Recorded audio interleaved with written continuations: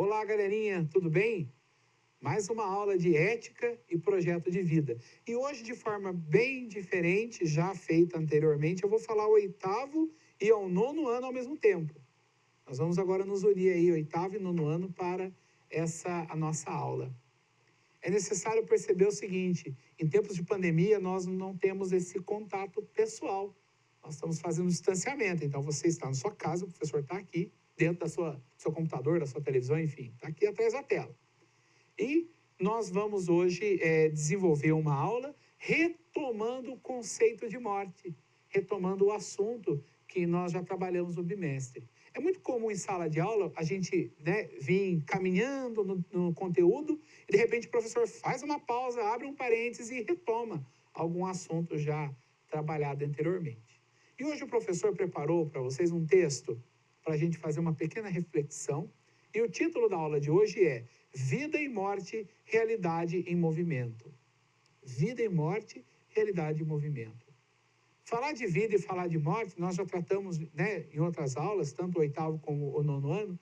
Nós falamos sobre os princípios pós-morte, os fundamentos que a religião traz para justificar. Por exemplo, lembra que eu citei para vocês até que a vida religiosa se baseia na morte, Então, eu vivo um preceito religioso em vista de uma recompensa pós-morte. A morte sempre vai fundamentar a prática religiosa. É interessante perceber também, que nós já tratamos em outras aulas, a questão do luto, a questão da despedida, a questão dessa separação, da questão corporal, enfim. E hoje o professor quer falar com vocês um pouquinho sobre a ideia de que a vida e a morte, elas caminham juntos. Existe um movimento. Existem pequenas mortes que nós vivemos todos os dias. E conversando aqui um pouquinho antes da aula, nós podemos citar que não se trata de pequenas mortes, mas se trata de mudanças de ciclo, mudanças de etapa, que não deixam de ser pequenas mortes, porque certamente a pessoa que existiu ontem não é a mesma de hoje, porque ela aprimorou, porque ela amadureceu, porque ela cresceu, se desenvolveu, enfim. A criança que eu fui na década de 90, hoje, com 33 anos, hoje eu sou um homem adulto com uma outra mentalidade, com uma outra visão, com outro estilo de vida, com outras responsabilidades, enfim. São ciclos, que se transformam. E nós vamos acompanhar esse texto, e esse texto ele vai nos dar essa pequena reflexão. Acompanhe com o professor aí. A vida e a morte são realidades em movimento. Ninguém vive sua vida sem viver sua morte. E ninguém vive sua morte sem ter vivido sua vida. Essas realidades comunicam-se o tempo todo. Se olharmos para a nossa própria história de vida, vamos ver muita coisa que já deixou de existir. Mortes que tornaram possível a vida nova surgir. Por exemplo, o fim da criança que fomos, dando lugar ao jovem que somos. Olha que interessante, pessoal. É muito legal essa frase, se olharmos para a nossa história de vida, vamos ver que muita coisa já deixou de existir. É interessante, eu falo por experiência própria. Quantas vezes eu tentei recordar de alguma coisa da infância? E a gente precisa de alguns elementos para recordar da infância, eu já vivi a experiência da morte dentro de casa. Perdi a minha mãe, perdi minha avó. A perda, através da morte, ela meio que, psicologicamente, ela começa a eliminar alguns pontos da nossa vida, alguns capítulos passam a ser esquecidos, Então, nós vivemos todos os dias pequenas mortes, pequenos encerramentos de ciclo. A criança deixa de existir para que surja o adolescente. O adolescente deixa de existir para que venha um adulto. O solteiro, a vida de solteiro deixa de existir para que se venha o casado, a família. Então, veja, são ciclos, são pequenas mortes, Continuando o texto lá. Mas apesar de convivermos diariamente com esse movimento de fim e de começo, há um tipo diferente de morte, aquele no qual deixamos definitivamente este corpo e esta forma de viver com o qual estamos tão habituados.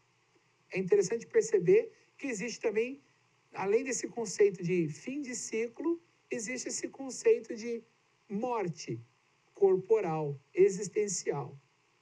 Deixar de viver isso que nós somos hoje isso que somos enquanto matéria e passamos a, dentro da religiosidade, dentro daquilo que se acredita, passamos a viver um conceito de uma glorificação, uma reencarnação, uma reestruturação de destino, de vida, enfim. Continuando na tela.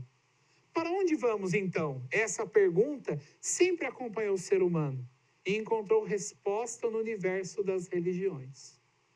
Veja, se vocês se recordarem, quando nós falávamos sobre ressurreição, reencarnação, falamos sobre o nada, né?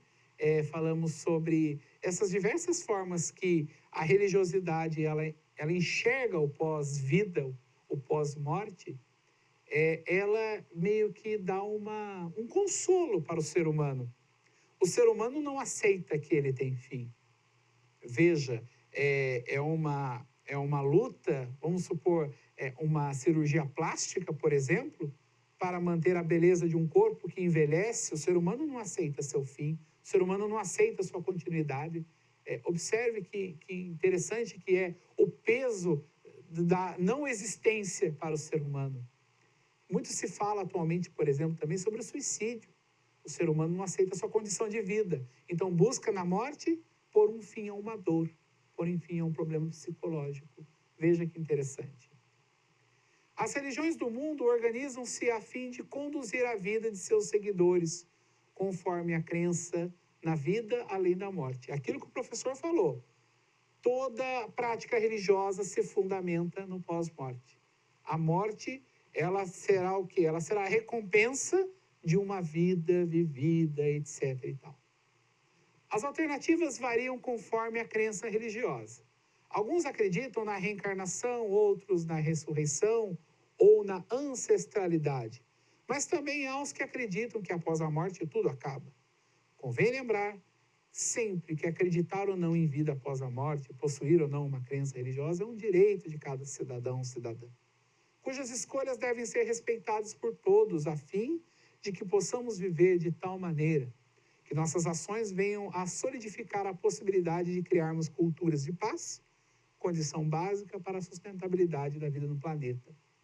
É interessante percebermos que, muito mais do que imaginar um projeto pós-morte, um projeto após o fim dessa vida material, que nós também temos um papel com a nossa vida, hoje.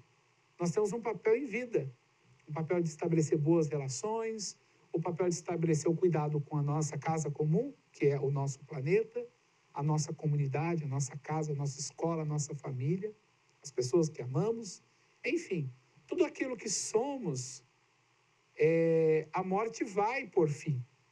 Mas o legado, os bons exemplos, as boas práticas, isso perpetuará, isso ficará para todos nós.